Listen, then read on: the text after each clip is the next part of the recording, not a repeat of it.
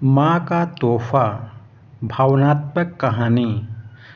अंजलि आईना के सामने खड़ी होकर साड़ू के पल्लू अपने कंधे पर सलीके से जमाती हुए बोली, मनीष, इस बार मैं दिवाली शॉपिंग के लिए बहुत लेट हो गई हूँ।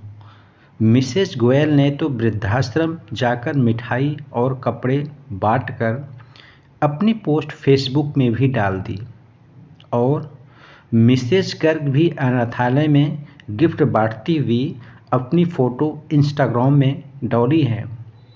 मनीष, तुम सुन भी रहे हो मैं क्या बोल रही हूँ? मनीष झुझला कर बोला, हाँ यार, सुन रहा हूँ। मैंने तुझे कब मना किया था? शॉपिंग के लिए ड्राइवर को लेके चली जाती और तुम भी किसी आश्रम में दे आती जो तुम्हें देना है और अपनी नेकी करती, तस्वीर डाल देती फेसबुक पर। मुझे क्यों सुना रही हो? शर्ट की बटन लगाते हुए मनीष बोला, अब और कितना देर लगाओगे तैयार होने में? मुझे आज ही अपने स्टाफ को बोनस बांटने भी जाना है। जल्दी करो, मेरे पास टाइम नहीं है, कहकर रूम से बाहर निकल गया मनीष। तभी बाहर लॉन में बैठी माँ पर नज़र पड़ी। कुछ सोचते हुए वापस रूम में आया। अंजलि, तुमने माँ से भी पूछा कि उनको दीपावली पर क्या चाहिए? अंजलि बोली, नहीं पूछी। अब उनको इस उम्र में क्या चाहिए होगी यार? 2 वक्त की रोटी और 2 जोड़ी कपड़े, इसमें पूछने वाली क्या बात है? वो बात नहीं है अंजलि, माँ पहली बार दिवाली पर हमारे घर में रुकी हुई है, वरना तो हर बार गांव में ही रहती हैं, तो औपचारिकता के लिए पूछ ही लेती। अरे इतना ही माँ पर प्यार उमड़ रहा है तो खुद क्यों नहीं पूछ लेते? झल्लाकर तीखी आवाज़ में अंजलि और कंधे पर हेड बैग लटकाते हुए तेजी से बाहर निकल गई। मनीष माँ के पास जाकर बोला, माँ, हम लोग दिवाली के खरीदारी के लिए बाजार जा रहे हैं, आपको कुछ चाहिए तो? माँ बीच में ही बोल पड़ी, मुझे कुछ नहीं चाहिए बेटा।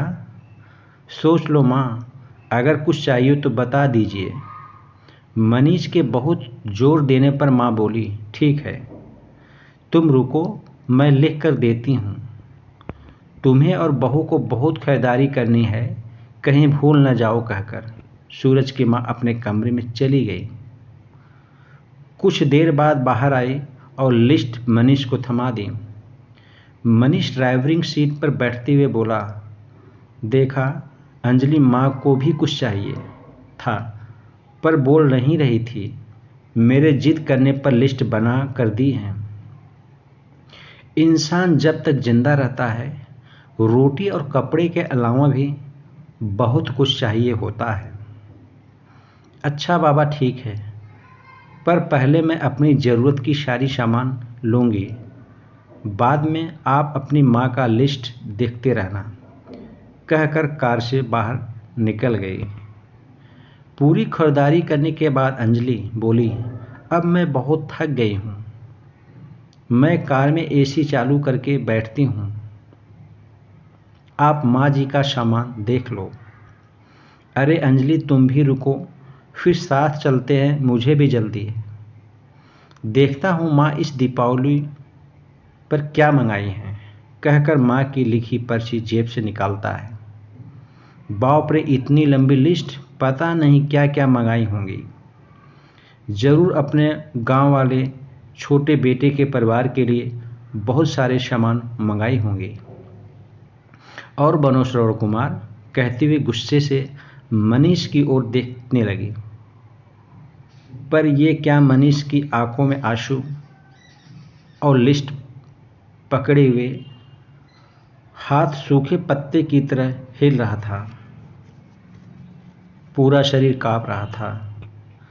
अंजलि बहुत घबरा गई, क्या हुआ? ऐसा क्या मांग ली है तुम्हारी माँ ने? कहकर मनीष के हाथ से पर्ची झपट ली। हैरान थी अंजलि भी, इतनी बड़ी पर्ची में बस चंद शब्द ही लिखे थे।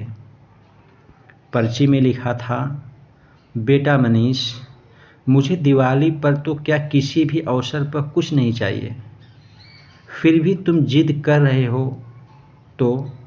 और तुम्हारे शहर की दुकान में अगर मिल जाए तो फुर्सत के कुछ पल मेरे लिए लेते आना। ढलती साँझ हुई। अब मनीष, मुझे गहराते अंधियारे से डर लगने लगा है। बहुत डर लगता है। पल पल मेरी तरफ बढ़ रही मौत को देखकर जानती हूँ टाला नहीं जा सकता, शाश्वत सत्य है। पर अकेलेपन से बहुत घबराहट होती है।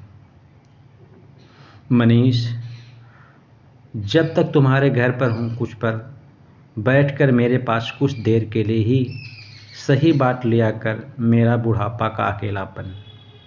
बिन दीप जलाए ही रोशन हो जाएगी मेरे जीवन की साज। कितने साल हो गए बेटा तुझे स्पर्श नहीं की। एक फिर से आ मेरी गोद में सर रख और मैं ममता भीजे हथेली से सहलाऊं तेरे सर को। एक बार फिर से इतराए मेरा हृदय मेरे अपनों को करीब, बहुत करीब पाकर और मुस्करा कर मिलूं। मौत के गले क्या पता अगले दिवाली तक रहूं ना रहूं।